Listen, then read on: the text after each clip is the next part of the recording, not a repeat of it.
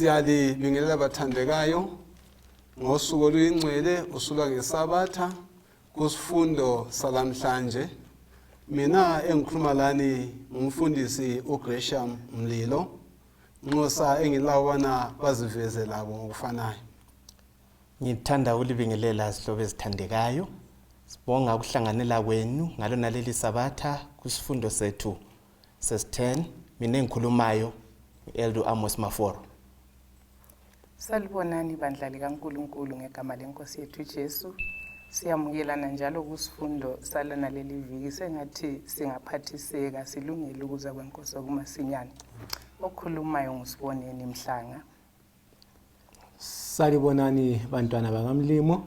Kuyintokozo njalo ukuhlangana ngaleli Sabatha kusifundo 10 nganomlimo engasibusisa sonke. Mina engikhulumayo nguElder umkhokheli Ngwenya. Asikhothamisena amakhanda sikhulekeni. Baba othandeka usezulwini oyingcwele, sithanda ukubonga ngokusinika leli thuba ubana sabelane isifundo labantu bakho.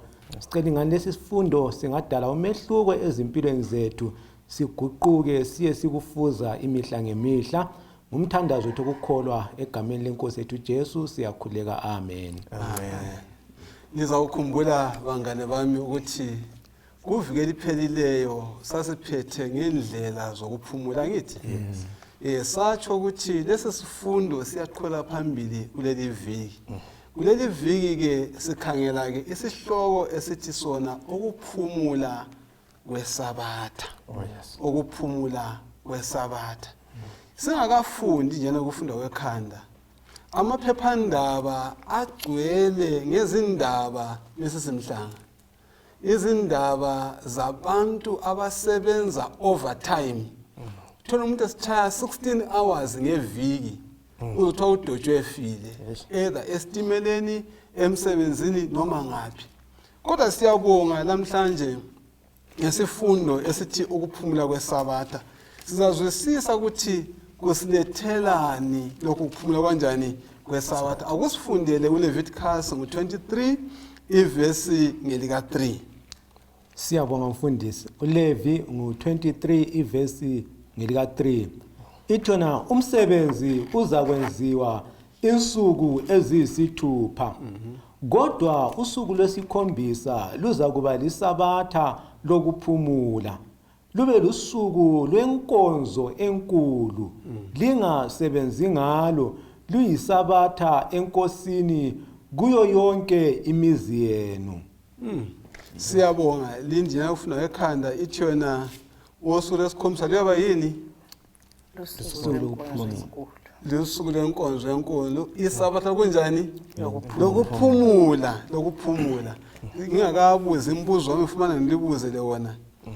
Wale vesi abantu badingana batolike kakhulu leli bala lithi iSabatha lokuphumula. Abanye bathi bona lusuku oluzikileyo lokuphumula, deep rest. Bathi ukuphumula kunjani? Okupheleleyo. Abanye bathi bona ukuphumula okumqoka. Abesithana ukuphumula okwesabekayo long RSV. Kuhambelana njani Ngwenya? Kuhambelana njani? uGenesis 2 verse 2 kusiya ku3 njalo yiluphi lolo suku lwesikhombisa okhulunywa ngalo olusuku olungolukabani lolo suku lokuphumula esifunda ngalo lapha kule ivesi esifundile manje kuhambelana njani? Genesis 2 lo Leviticus 23 verse ka3 kuhambelana kanjani ke khonapho? Siyabonga mfundisi. Nxa sikhangela indinyane ekwaziwa ngekhanda isinika lapha indlela okubana sigcine ngayo iSabatha. Okay. Ukuthi na kulusuku lokuphumula, hathi ukuphumula kuphela, kodwa kuba lusuku lwenkonzo enjani? Enkulu kakhulu. Sikhangela ke kubana lolu suku oluyiSabatha lona lwabekwa nguNkulunkulu ekudatshulweni komhlaba. Umhlaba usungulwa, umhlaba udatshulwa, lwahle lwaba khona. Yes. Yeah. Indaba ethathekisayo ku-introduction khonapha mfundisi. uNkulunkulu uhlaveze ukubana insuku eziyisithupha kuyabe kusetshenziswa. Abe senxusa abantu ukuthi kakuphunyulwe. Aphinde njalo athi lolu suku lusuku lwenkonzo enkulu ukuthi sibe lobudlelwano laye uJehova. Yikho lapho esithola khona amandla sivuselelwe esingakuthi ngesingisi i-refreshment. Ngokuba lesikhathi loNkulunkulu sonke siyakudinga. Ufuna ukukhuluma? Bengifuna ukuthi ngithi uNkulunkulu uyisimanga. Ekudaleni kwakho umuntu wayekwazi ukuthi umuntu uzaphila njani. Wakwazi okudingwa ngumuntu ukuthi ngeviki uzafanele ukuthi umuntu aphumule. Siyabonga kakhulu. Umcijo omangalisayo lo. Kanti umahluko weSabatha leminye imikhosi esifunde eBhayibhelini ungaphi? Umahluko weSabatha leminye imikhosi ungafunda eBhayibhelini kule mikhosi eminingi ama-annual feast lani. Ungaphi umahluko khona? Ubona ngiqale ngayo ngwenya njalo futhi. Siyabonga mfundisi. Kulomehluko omkhulu phakathi kweSabatha laleli eminye imikhosi esifundayo eBhayibhelini. Umehluko okhona ukuthi iSabatha silithola ku-creation endalweni kudala. Yiwo umehluko omkhulu. Kukanti leyi eminye imikhosi eyokuphumula siyithola ngemva kokubana uNkulunkulu esekhiphe abantwana bako-Israyeli eGibhite. Kuphinde kusivezele futhi ubana njengoba iSabatha silithola ku-creation asola amaJuda kodwa ngelabantu bonke. Siyabonga mfundisi. Ungwenya incazelo yakhe ingikhumbuza ukuthi nxa imikhosi le yayisiphiwa uIsrayeli sephuma eGibhite bese kungemva kokona komuntu. Kodwa iSabatha sihle silibone lisekelwa ebungcweleni buka-Adamu. Imikhosi le ibiphiwa ingumfuziselo kwalokho uJesu akade zasenzela khona. Yikho singayitholi ngangapha kwesiphambano. Kodwa iSabatha ngoba liyingxenye yendalo siyithola iqhubekela phambili ingapheli njengomdali wayo. iSabatha uthela ingxenye kanjani? Yendalo. Siyabonga. Maforo kulempikisano ezinkulu kakhulu maqondana losuku lweSabatha. Abanye bathi uJesu kumbe uPaul wafika ukutshintsha usuku lweSabatha. Abathi hayi abafundi bakaJesu Kristu bahle babeka usuku lokuqala lweviki lungayisilo lweSabatha batshintsha. Abanye bathi hayibo uJesu ngokwakhe nguye iSabatha. Lazi inkulumo uma siziqeganisa lendlela kwamiswa ngayo usuku lwesikhombisa endalweni kumbe emthethweni elithumi, ungasincedisa njani ukuzwisisa usuku lwesikhombisa likaNkulunkulu bana latshintshwa mbalutshintshwanga? Ngiyabonga mfundisi Mlilo. Esabe simele sikuvumelane balalele ukuthi konke sikuxoxayo sizabe sikuthatha eBhayibhelini. SingamaKristu sonke. Ukholo lwethu isisekelo salo kumele kube liBhayibheli. Singavumelana khona lapho sizathola ukubana ukutshintshwa kosuku lweSabatha asikufumani eBhayibhelini. uJesu esimlandelayo sonke uthi mina ngizile kona lo mhlaba hathi ukuthi ngizobhidliza umthetho okugoqela iSabatha. Kodwa ukuzowenza ucace awufundise ucace ebantwini.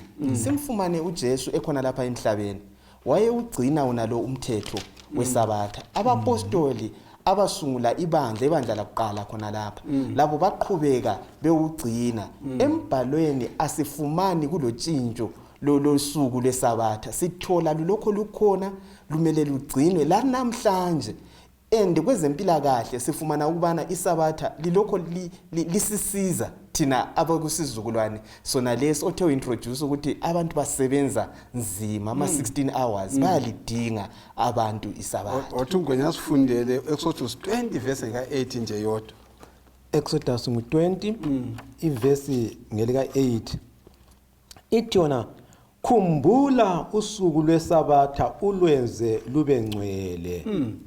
iBhayibheli lapha nxa likhuluma kweExodus 20 verse 8 liqala ngesenzo ukuthi Mrs Mhlanga longwenya lo maforo nxa ubala uSotho 20 uqala emthethweni elithumi uqala ngesenzo ukuthi khumbula udinga ukuthi sikhumbuleni lona leli bala elithi khumbula masilihlaziya ukuthi lifuna sizwisiseni leli bala nxa silihlaziya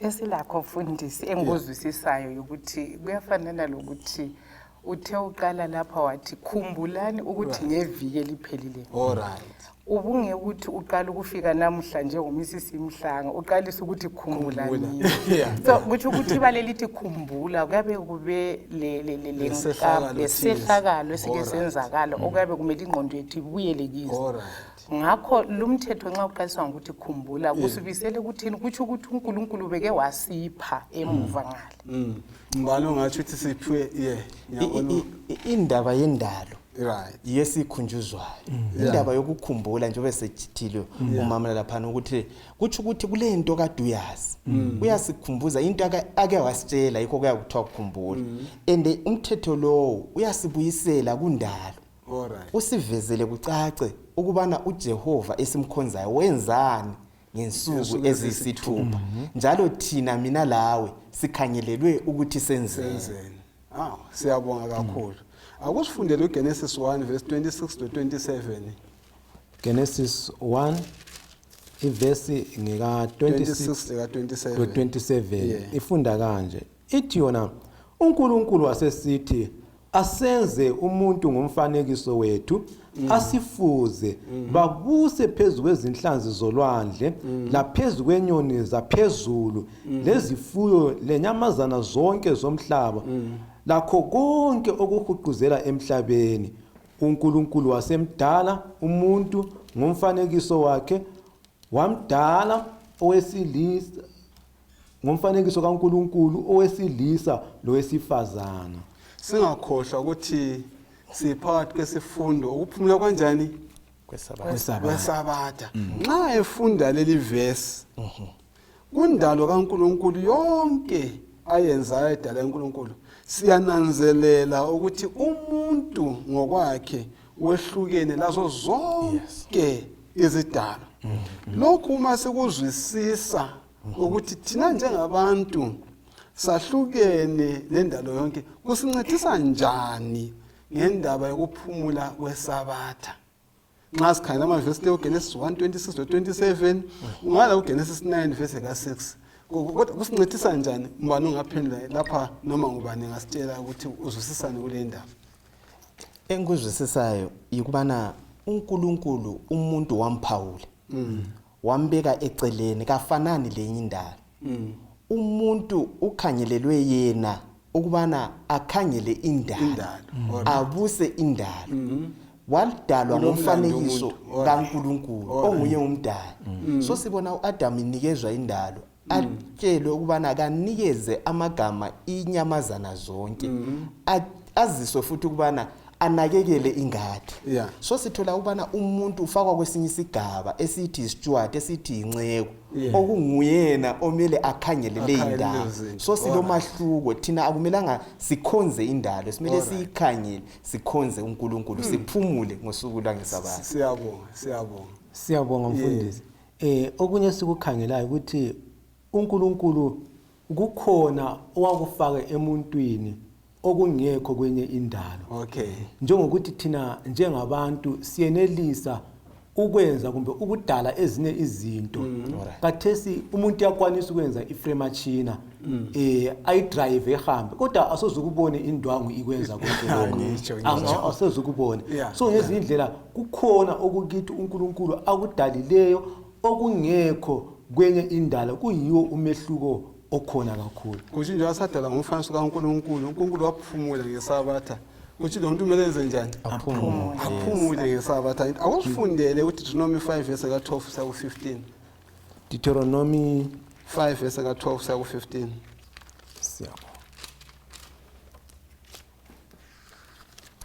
sifunda lapha ku Deuteronomy 5 verse ka 12 saku 15 kusiya ku 17 15 ithona gcina usuku lweSabatha ulwenze lube ngcwele njengokukulaya kwayo inkosi uNkulunkulu wakho.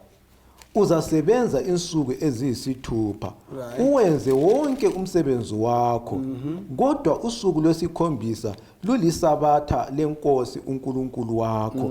Ungasebenzi ngalo wena, lendodana yakho, lendodakazi yakho, lenceku yakho, lencekukazi yakho, lenkabi yakho, lobabhemi wakho, lezinkomo zakho, lowemzini osemzini wakho, ukuba inceku lencekukazi zakho ziphumule njengawe. Ukhumbule ukuthi wawuyinceku elizweni laseGibhite, lokuthi inkosi uNkulunkulu wakho yakukhupha khona ngesandla esilamandla langengalo elamandla. Ngakho ke inkosi uNkulunkulu wakho yakulaya ukuba ugcine usuku lweSabatha. Ngiyabona, ngizwile sekhuluma lapho ukuthi iSabatha liyasikhumbuza ngani? Ngendalo, creation. Lapha umhlanga umhlanga ungwenya ebala lapha uyasivezela lapho ukuthi okunye kumele kukhunjule ukuthi wawuyizigqili angithi ngawukhule ebugqilini. iSabatha lelo lisibusela endalweni kuyini okunye futhi okwesiqoqela kumele sikukhumbule ukwedlula ubugqili bayizolo okwasethi isikhathi kuyini kumele ukusikhumbuza ngeSabatha? Ngicela ukuthi ngithinte khona lapho mfundisi. Nxa iSabatha lisikhumbuza ngendalo. Esikuthola kuDeuteronomy 5 verse 15 ukuthi iSabatha liphinda lisikhumbuze ngokuhlengwa, ngokukhululwa kwethu esilakho thina okusibophileyo. Izolo njengembali isitsho bebebotshiwe physically besebunzimeni bethola amagabha avuzayo, kodwa thina esilakho okusibophileyo yisono. Ngesizathu sokuthi ungabalwe kuSodasi 12 uthi bakhululwa ngegazi. Lapha ithe ngengalo elamandla bagcoba kuphela igazi emgubazini bakhululwa ngalokho busuku. Kuveza ukuthi sifanele ukukhululwa ngegazi. Esonweni esisigqilazileyo sonke umhlaba wonke ungaka sibotshwe yisono, kunyo kungasikhulula, sikhululwa ligazi lenkosi yethu Jesu. Siyabonga. Sikhulula mafolo ufuna ukuthi Ngikhona futhi endabeni yokukhululwa sithembeni uJesu. Akula omunye simele simthembe, okunye simele sikuzwisise. Lokho sikunikezwa mahala. Akula muntu osebenzela le nkululeko. Abanye bakuthatha ngalindlela ukubana nxa ugcina iSabatha ususebenzela ukubana usindiswe. Hayi. Sigcina iSabatha. iSabatha ngoba sisindisiwe. Okwenza singafebi ukuthi ngisindisiwe, okwenza ngingatshontshi ukuthi ngisindisiwe, singakuzwisisa khona lokho kuzasisiza indlela esikhangela ngayo umthetho. Kunengi uNkulunkulu asenzele khona nxa usukhululiwe. Utsho njalo ungabala uRoma 6 verse 1 usiya ku7 ukubana isono asisela amandla kithi. Thina sesikhululiwe, asibambeleleni kule nkululeko, siphile njengabantu abakhululekileyo.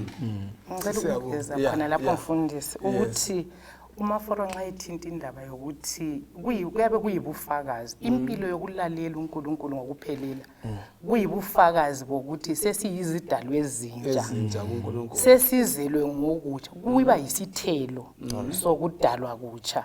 Kule verse enganiyaka indlela umzimba eku1 John chapter 2 verse 4 ukuthi amaKristu amaningi iyasigwenxa ngoba siyaziphilela impilo esiyifunayo, siclaim kodwa ukuthi sisindisiwe. Kodwa livesi ilalele ithi kungalokhu siyamazi nxa sigcina umthetho.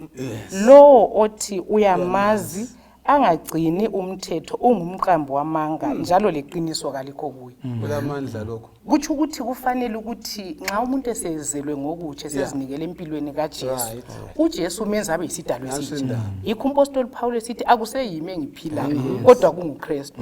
Impilo yokusindiswa kuyimpilo ehlambulule efana loJesu. Impilo yokugcina umthetho kaNkulunkulu ngokuphelela. Amen. Ngiyabonga lokho. Wathi nabanye ngizobethi amen. Siyabonga bathandekayo. Uthe bala laphana ngizwe balisa lezihambi labasendlini laba. Asike sikhangeleni uExodus 19 verse 6. 19 ivesi ngelika 6. Yeah. Ifunda kanje. Ithi yona uvesi ngo6 liza kuba ngumbuso wabapristi lesizwe esingcwele kimi yiwo amazwi oza kuwatsho kwabako-Israyeli. Ngwenya ivesi osanda kuyibala utshoni ukuthi uzaba ngumbuso wabapristi. Kumbe ngithathe u1 Peter 2 verse 9 ethi yona ubupristi bobukhosi. Uyabona uhlango olukhethekileyo lizaba ubupristi benjani bobukhosi. Yeah, yona amavesi atshoni kithi kanti vele wona umsebenzi wompristi yiwuphi ngokuthi enzeni. Kusifundisani thina sonke njengamalunga ebandla ekakhulu maqondana negama elithi I will go, mina ngiza kuhamba. Siyabonga mfundisi. Okokuqala ngizakhuluma ngomsebenzi wabapristi sikhangela ku-Old Testament. Right. Umsebenzi wobupristi kwakumela abantu kuNkulunkulu kumbe umuntu otshengisa abantu indlela eya kuNkulunkulu. Ngabantu ababekhethiwe ngumlimi ubana bephathe umsebenzi ongcwele okaNkulunkulu okukhombela abantu kuNkulunkulu. Lapha ke uPeter sesithi thina singabapristi bakaNkulunkulu. Ngezinye indlela sonke ngenxa kaJesu Kristu sesibiziwe ukubana sibe ngabapristi bakaNkulunkulu. Akusadinga uAaron oyedwa njengomdala ukuthi kwakuthiwa nompristi oyedwa. Sonke sesihlanganele sesilengxenye yokubana siphume bathandekayo siyechumayela ivangeli. Umsebenzi lo asozuqediswe ngabakhethiweyo kumbe abafundisi kumbe abalihlekana nje abathizwe, kodwa sonke sesilengxenye sesingabapristi bakaNkulunkulu emsebenzini. Yikho sisithi I will go, noma ngubani ngumntwana ngubani kumele ahambe. As long as uthi lungale bandla lonke, yes, lonke kumele isebenze. Ungafuna ukuthi ngona bemfuna ukwengeza nje ukuthi umthetho lowo uletha iaspect universality yomuntu wonke. Sonke singabapriest, number 1. Number 2, sonke sikhangelelwe ukubana siwugcine umthetho kaNkulunkulu, siligcine iSabatha, siphumule. So indaba yakhona ayikhethi umuntu ngoba as long ulibumba lesandla sakhe ukhangelelwe ukuthi uhambise ivangeli uncengele abantu ugcine usuku lukaNkulunkulu irregardless ukuthi ungena kuyiphi inkolo. Sonke esadalwa nguJehova ukhangelelwe ukuthi siphumule kunye lezidalwa lezifuyo zethu esilazo, lezinceke zethu, lezisebenzi zethu, bonke abasemagumeni ethu bamele baphumule. Kufikane kuwe kufika ukuthi nxa umfundisi sesikuKristu ngalokho yabusukenzelwe nguKristu kunzima ukuthula. Ukhangela umakhelwane esemnyameni, kunzima ukuthula ukhangela umzawo wakho kumbe elokho esiye kufeni. Indaba le ithi ukuthi nxa uthanda uKristu uzathanda labantu abakhe abafeleyo. Kuza kuthinta ukuthi kambe ngingakholisa kangaka abantu belokhe besemnyameni. Indaba le ungayinanzelela i-early church ivele yaphila ngayo. Bonke baphakamisa ivangeli oFilipho bayeSamaria obani baya ngaphi. Akuzange kuza bagijima bonke lezi indaba ezinhle ababezithola. Kuyinsilela ke kithi ukuthi lathi sihambe ngokunjalo, but indaba yake yalahleka. Ibandla selihambela chumayela ivangeli yasihlangana itruth selihlangana lani lenkohliso. Yikho esithole sokulahle ukuthi hayi ukufundwa kwelizwi lokuthunyayelwa kwalo kungokwabafundisi kuphela.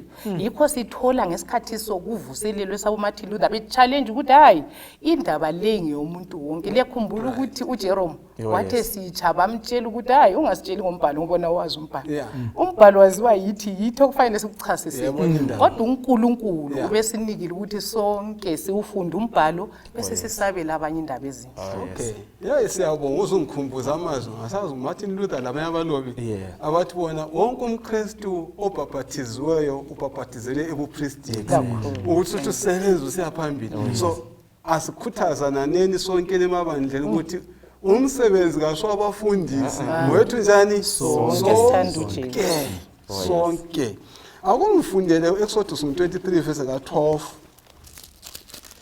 23 ivesi ngeka12 ifunda kanje ithi yona ngensuku ezisithupha uzakwenza umsebenzi wakho uphumule ngosuku lwesikhombisa kuphumule futhi lenkabi yakho lobabhemi bakho kuvuseleleke indodana yencekukazi yakho kanye lo wezizweni yayizindaba kuleli verse sifundani ngomuntu wemzini ongayisuye umIsrayeli kambe kugcina kwakho iSabatha kungaba yisibusiso ngayiphi indlela kubantu abangagciniyo abangalaziyo iSabatha kumbe ungafakaza njani ngalo iSabatha naleli ngomsebenzi wakho ngeSabatha na Mafora?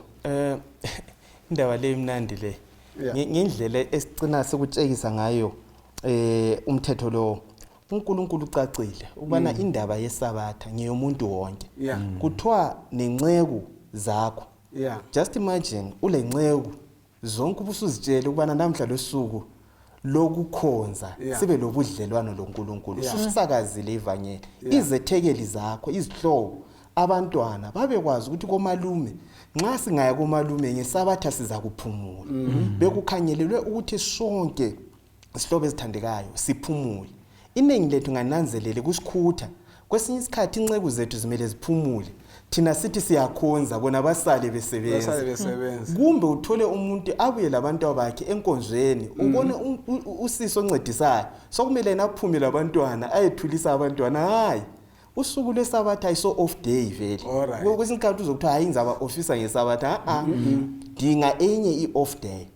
iSabatha lusuku lokuthi abantu bazokhonza sibe lobudlelwano thina komunye lomunye izifuyo zethu lazo zibe kwazi ukubana namhlanje inkabi ezijayele ukubotshwa leza namhla ukuthi hayi asibotshwa zikholise kucheliswe. Siyabonga mfundisi nxa uMafora lokho efithizela indaba yokuthi iSabatha laphiwa wonke umuntu ngifikelwa ngumcabango ukuthi kade izazi imithetho ezingabaFarisi zaziyikhutha njani indaba le ngoba ungayifunda imbali yabo ithi babekwenza khona lokho kutshiwo nguMafora kuthiwa yikho babekwenza ukuthi hayi indaba ngeyethu thina esiyisizwe esikhethekile lina lingasala emabhizinisini ethu lisenzela lokhu lisenza yikho futhi esikuthola sokuhlukuluza ibandla ensukwini zokugcina ukuthi siyabe sisejeje sikhonza amafoni elokhe kusenziwa ibhizinesi le inkabi zethu emasimini ethu kabe kuhamba la ngelunch siyagijima siye ngale siyenza izinto zihamba ibhizinisi. So uNkulunkulu uyasibizela ekuligcineni ngendlela yena yichoyo ukuthi kufanele wonke umuntu nxa sikhangela umuntu ngongisebenzelayo ngengigudlana laye kufanele ngimbone ngelihlo likaNkulunkulu ukuthi laye uyisidalwa sikaNkulunkulu udalwe ngomfanekiso kaNkulunkulu futhi uNkulunkulu lenjongo efananayo ngaye njengenjongo layo ngaye njalo ubunjwa kwakhe kudinga ukuphumula after icycle yona le kade silokho esikhuluma ngawo ngeviki umuntu ufanele ahlale phansi ephumula. So sifanele okusilahlayo ukuthi sicabanga ukuthi thina kwesinye isikhathi yithi esingcono labana hayi bengabe besebenza kodwa uNkulunkulu usibizela ukuthi sikhangele wonke umuntu ngendlela yena abakhangela. Siyabonga ngithanda okutsho ukuthi sibakhala abantu ngelihlo likaNkulunkulu. Hayi amazwi alesiminya lawo ngwenya ufuna ukuthini kulenda efana nayo bemfisa ukuthi umfundisi bekulokulahleka okukhulu okudingakala ubana sonke njengamalunga ebandla esilaleleli indaba sivuseleleke kakhulu kiyo indaba yokugcina iSabatha ngoba abanengi siyalahleka njengoba bethula ukuthi amafoni abesemsebenzini kodwa kudinga ukuthi siphumule uJehova ukuthi kuyo yonke imizi yenu kunganyakazi lutho kodwa kube lusuku lokumkhonza sisarende konke kuJehova kungabi lokunye okuqondana lami okwami okuletha udumo kimi okuletha inzuzo kimi kumbe kubani kodwa konke kubani kuJehova ngihambisa amandla ami wonke kuJehova. Akumbalele uJohn 5 verse ka 7 yenza uchuthume ngapi esavula khona phana ingqondo yemeli iphumule ya ibe lobudlelwano loNkulunkulu. Kwesinye isikhathi sapho ukuthi umzimba ngikhona ebandleni kodwa ngihlanganisa okuningi ungekho ukuphumuleni kweSabatha so awuphumulanga hayi bengaphumulanga. Right.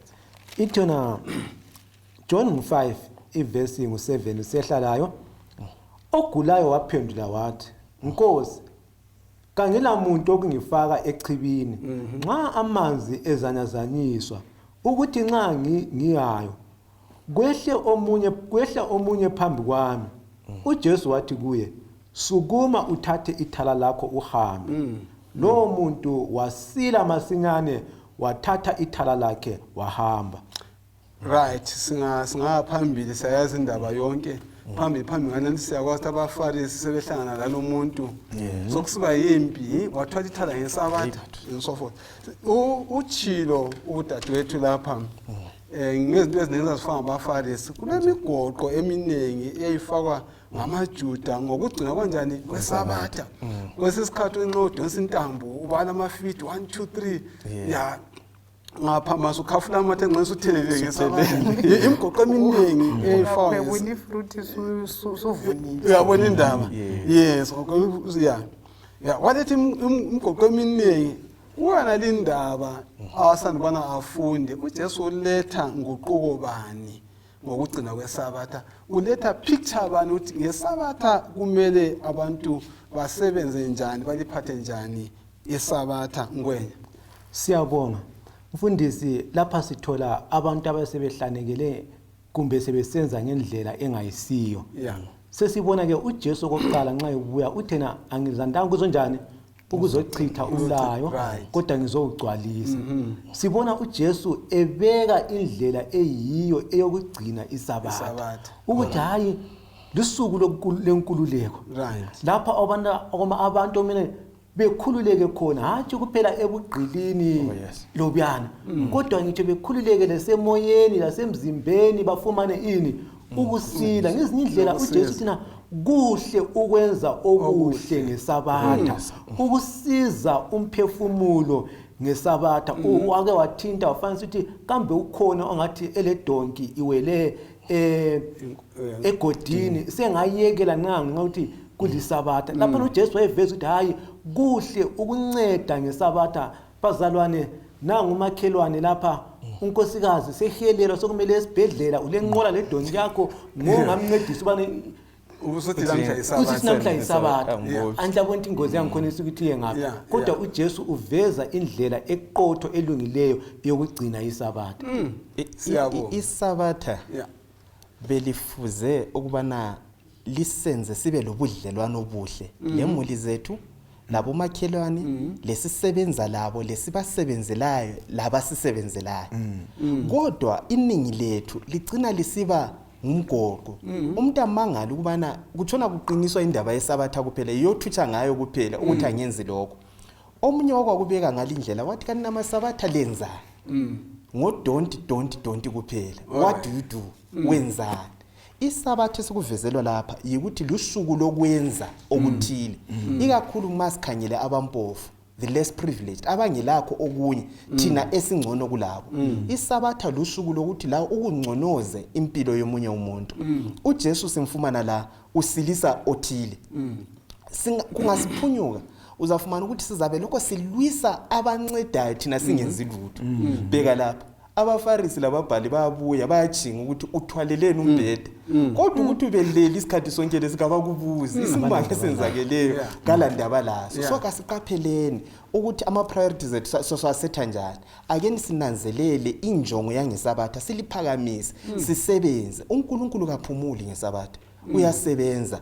As in just imagine nxa singathi uNkulunkulu kenzi lutho oluhle ngeSabatha angazi kumbe ingqondo le yaphuma kuhle uNkulunkulu ukukhona akwenzayo okuhle yikho mina lawe sisaphefumula so iSabatha liPawulo ngosuku lokukhonza kodwa kumele ukukhonza kwethu kakuphelelanga singenzanga izenzo ezinhle uNkulunkulu ukhangelele okunjalo ngikuzo osethi wena uNkulunkulu uvele kamanga ubana asinike isupply yokuphefumula daily la ngeSabatha ngiyabona ngifuna ukungezelela mfundisi ukuthi ukulalela uNkulunkulu lokuligcina ilizwi lakhe uvele kuthini siyamthanda yes yikho indodalwane wabuza uJesu ukuthi uphi umthetho omkhulu wathi wothanda uNkulunkulu wakho ngenhliziyo yakho yonke la ngomoya wakho okwesibili wothanda umakhelwane nxa simthanda uNkulunkulu ngokuphelela uthando esiza kuba lalo kubo makhelwane luzavezakala ngemisebenzi yonke emihle ama acts of kindness esizawenzela abanye kodwa usihluphayo thina kwesinye isikhathi ukuthi senze ngani sithanda uNkulunkulu kakhulu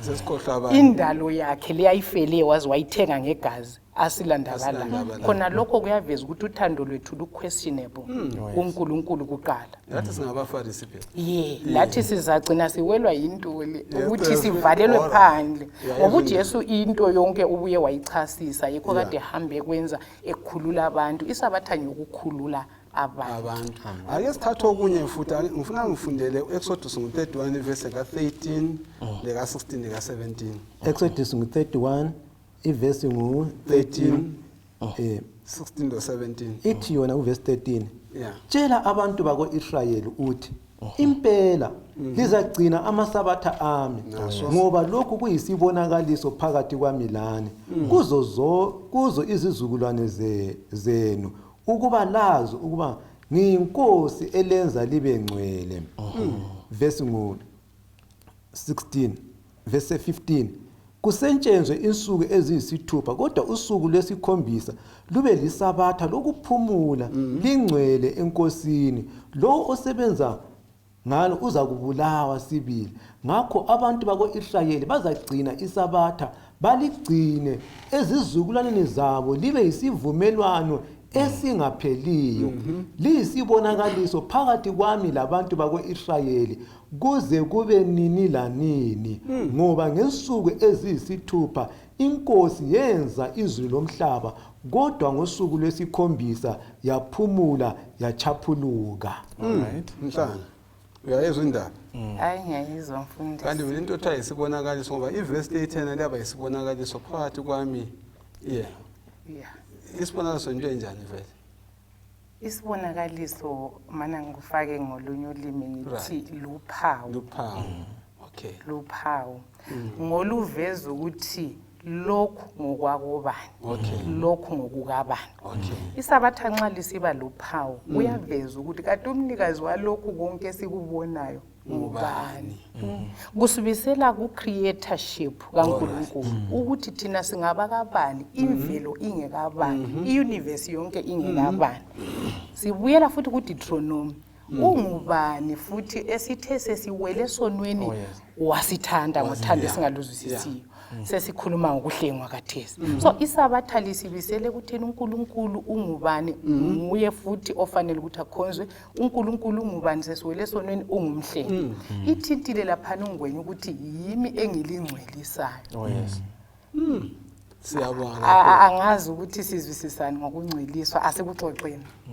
kungumbuzo sehlala thomnye umbuzo sizwisisana ngokungcweliswa asikuxoxeni akuxoxeni ngesizwe indaba yokungcweliswa liyakhumbula sikhuluma ngendaba yeSabatha kuthiwa usuku lwesikhombisa walubusisa walungcwelisa ongcwelisayo munye kuphela nguJehova iSabatha lingcwele ngokugcina iSabatha siyangcweliswa uNkulunkulu siyalungisiswa sikhitshwe amaxhwala esono indaba yophawu mfundisi yesisikhathaza khathesi ngeira yeCovid kuningi esikuzwayo uSathane ugangile selethe into eziningi uzwe lokhu kuyimakhi yalokhu kuyimakhi yalokho kasiqapheleni sizwisise ukubana uphawu lukaNkulunkulu luyikuyini singalahlwa nguSathane ngoba lokhu kuza kwenzakala luza kubuya sibili kodwa uSathane abesekwenza uyalulazisa ukuze izinto nxa sezenzakala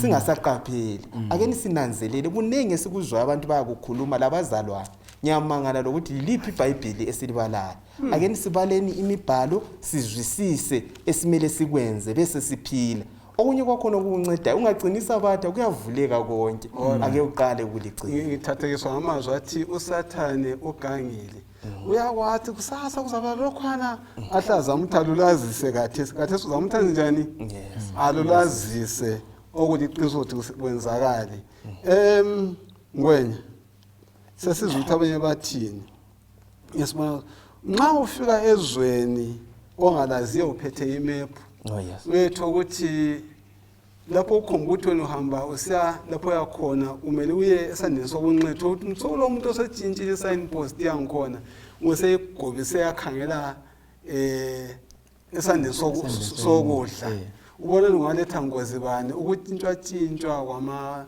lokho zenini ukuzibonakaliso zendlela siyaletha ngozi bani kuletha ingozi enkulu kakhulu umfundisi ukuthi umuntu angeke afika lapha akhangelele ubana eyefika khona sokuze kungikhumbuza khonokho ukubana ngensuku sesiphila kizo ngezokugcina isitha sesingenile ukubana sitshintshe okuluphawulu kaNkuluNkulu kukanti nxa kusenzakala njalo ulwa loNkulunkulu ngokwakhe umnikazi wendalo angitsho ke ngikuthathe njengalokho ukuthi mfundisi nxa ngingafika khonapha eZimbabwe ngifike ngithathe iflag yeZimbabwe nginyathezele phansi mbe ngichise ngikhweze iflag elinye ilizwe kuthi ukuthi nabe sengiveza ukuthi leli lizwe senginjani selingelami senginjani sengilinqobile yikho ukuzama kwenziwa ngisitha uzama ubana ekhiphe iflag kaNkuluNkulu eliSabatha likaNkuluNkulu ebesefaka okunye okunjani okungayisikho kodwa umbhalo uyasitshela kubana iSabatha aliguquki lizahlala likhona ngitsho lasezulwini iSabatha lizabe ligcinwa yikho lapha kuthiwa nini la nini okay wothi ndinike ithuba kathi sizacela umaforo kulandele udade wethu kuze ungwenya sike sitsho amafitshane sifithizela ngalindaba esifunda ngayo ukuphumula kweSabatha ngiyabonga mfundisi into ekubalekile ezihlobo ezithandekayo yikubana iSabatha laphawula nguJehova ngokwakhe yena uNkulunkulu ukulephula kufana lokwenza itreason ezulwini liyagcinwa liza kugcinwa nini nanini ezulwini njalo abaphonga ukugcina iSabatha kungenziwa lutho uJehova akakhangelanga ukuthi siphonga uzihlalela ubuvila iSabatha lenzelwa ngamavili kuyasetshenzwa phakathi kwensuku eziyisithupha ubusuphumula ngosuku lweSabatha bese siba yisibusiso ekuphumuleni khona phana siyenza okuthile ukunceda abanye abantu singabi lengqondo yabafarisi leyana yokubhidliza ukuthi bamchiye lenga umnikazi weSabatha bagijime bethi siyagcina iSabatha ake sikuqaphele khona lokho kukho konke esikwenzayo siyabonga bengithi mfundisi iSabatha siyalithola emthethweni elithumi okay aluba silifumana emthethweni elithumi kuthi ukuthi lalo lingeminye yemithetho elithumi eqhakathekileyo ngoba uthena oyephula oyodwa usenjani uselecala layo yonke imithetho elithumi iveza isimilo sikaNkuluNkulu leSabatha lo liphakathi khona phana ngiyabonga ngwenya ukuthi iSabatha lingqe imithetho enjani futhi ungakhala imithetho elithumi ngwenya lo maforo lo mhlanga yilo elide ukwedlula yonke imithetho lifanele ukuthi ungabulali mama wethini khona lokho mfundisi nginanzelele nxa ngiyifunda i10 commandments ukuthi sithe uSabatha liluphawu lukaNkulunkulu kuyaveza ukuthi uNkulunkulu ungubani futhi ungubani umnikazi welizwi ungananzelela khona lapha kwenza kube kude ukuthi iqukethe iseal yisign fourth commandment isitshengisa ukuthi ungubani onika umthetho God ungubani ititle yakhe he is the Lord he is the creator ibisisinika the creator of what heaven earth and the sea and everything that is in them so kuyasinika kusinika ifourth commandment isinika ukuphelela kwesign kaNkuluNkulu iveza ukuthi uNkulunkulu ungubani njalo ubusa ngapi siyabonga bathandekayo sesizwile ngokuphumula kweSabatha ngiyanxusa ubana asifundeni siyeni phambili ngakuhle kuyenzakala silinike lama phone numbers sixoxisaneni phakathi kweviki kodwa isikhathi asisivumeli kwalamhlanje sanxusa ke udadewethu ubana ngamafitshane asinike umthandazo. Asithandazeni baba wethu oyingcwele okhona ekhaya ezulwini, siyabonga ukusiphathisa esifundweni. Sicela ngathi sonke labalaleli singathintwa bese siyithanda intando yakho, silungele ukuthi uzosithatha. NgoJesu siyabonga, amen. Amen.